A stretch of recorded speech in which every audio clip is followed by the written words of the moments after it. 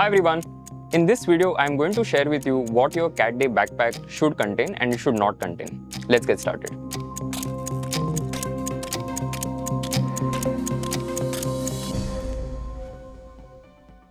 Now the first thing that you're going to need is of course going to be your backpack. So you need to carry a backpack just so that you can keep all the things, all the belongings that you have, including your admit card, your wallet and all of the things that you're supposed to carry. Now the first item that you need to pack is of course going to be your admit card. This is going to be the most important piece of document that you carry on that day. Now on the admit card, ensure that you've gone through all the details first. I believe most of you would have already done it, and go through the instructions that are given. Now on the admit card, firstly you will see your photograph that you had uploaded. What you need to do is before you go for the test, you need to put the same passport size photograph here. And that has to be of course a color photograph. If it is possible, and that's going to be the preferred thing, if you can take a color print so that the photo exactly matches what is given here. But just in case you don't have access to a color printer, you can use a laser printer and print black and white, and that is completely going to be okay as long as your photograph and your signature is clearly visible. The photo that you need to put here has to be done before you go for the test. So don't go to the test and then ask for, let's say, a glue from somebody so that you can put the photo. Please don't do that. Put it beforehand and then you go for the test. There's a place where you are supposed to put your signature, but you're not supposed to do it before you go to the test. It is to be done in front of the invigilator. So don't sign it right now. You have to go to the test venue and there only you will be able to do it. So that's the first item. Now let's talk about the next thing. So the next thing is going to be your photographs. So one, of course, as I mentioned, you have to put it on the admit card, but I would suggest that you carry additional photographs just in case it is required. They are not going to ask for it, but it is always advisable that you have at least one additional photograph with you just to be safe. The next thing that you need to pack is going to be your identity proof. Now, there is a list that is given on the admit card. So you can carry any of these identity proofs that they have mentioned. I would suggest that you carry 2 identity proofs instead of 1. Now the reason for that is sometimes it may happen that, let's say, your look had changed completely compared to what is there on that particular identity proof. There have been instances where people have asked me for the second or alternate identity proof, and it is always good to have one handy. So that is why my personal recommendation, though one is going to be sufficient, it's great if you can carry 2 identity proofs with you. Now let's talk about the next item.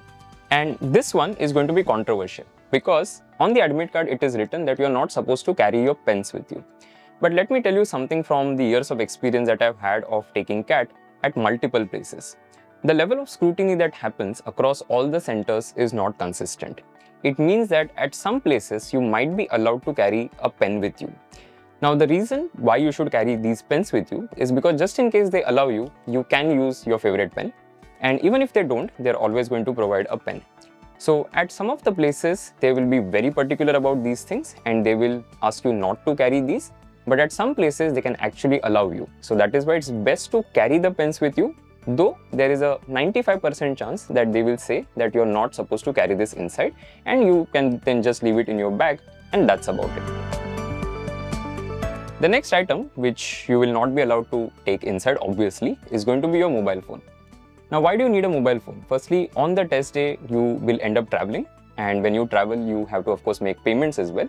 So that is where the phone will come handy. The other is to locate the center, because let's say if you're taking a cab, you don't want to be in a situation where you end up taking a longer route. So it's always advisable that you have a phone with you so that you can contact somebody, you can use say Google Maps and to make all the payments that you may have to do on that particular day.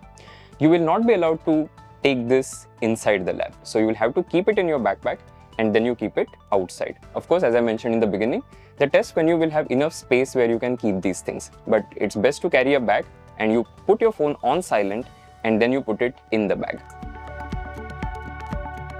The next thing that a lot of you digital citizens don't like to carry, but it is very important that you carry some cash with you. This is just in case, let's say you end up taking an auto and that person does not accept the UPI payments, then what do you do? So it is always better to have some cash with you so that you can just give it to whoever is driving, whether it is the auto driver or the cab driver. Now, if you're a PWD candidate, again, on the admit card that you have, it is mentioned that you also need to carry the Scribe affidavit. So the Scribe affidavit along with the original photo identity of the scribe will be needed. So follow the instructions that are mentioned on the admit card. Now let me also add the things that you will not be allowed to carry inside the lab or the test venue. So if you're planning to have your own vehicle, I would suggest that first preference is going to be don't do that. It's better if you can have, let's say, a cab or let's say some vehicle that you travel with, but it drops you and then it goes away. The reason for that is if you're planning to take your own vehicle, you will have to first of all worry about the parking space. You will have to worry about your car keys as well. So whether it is a car or a bike, you will have to keep those keys in your backpack.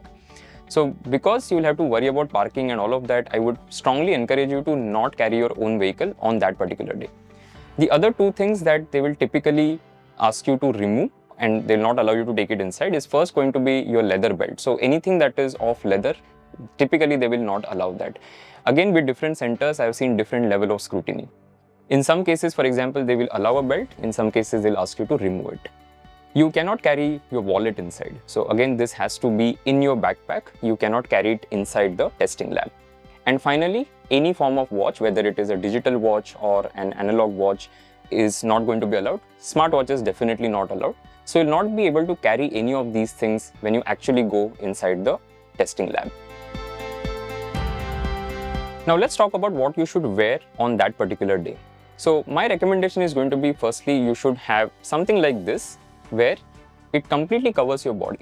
Now the reason for that is, if let's say the AC temperature wherever you are taking the test is something which is not very comfortable to you, you can always sit for the test like this.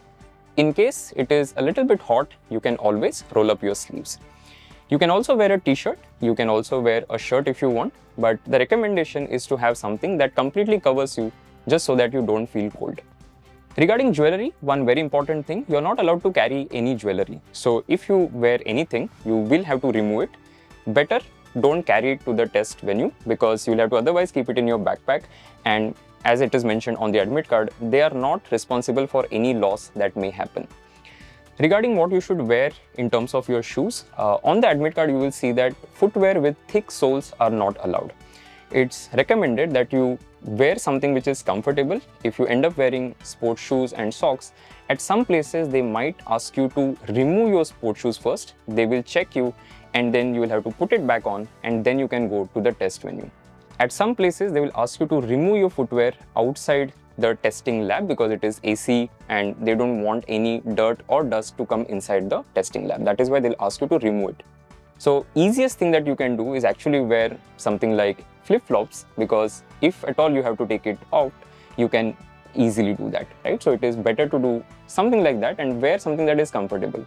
See, when it comes to dressing, one simple recommendation is whatever you're planning to wear on the test date should not be something new. It's not a fancy occasion where you end up wearing new clothes, and you need to try it on a couple of times. So whenever you're taking your mocks as well, just make sure that you put on the same attire and then you take the test so that you become used to it and it becomes very, very comfortable for you to sit in that for 2.5 or 3 hours. So that's about it.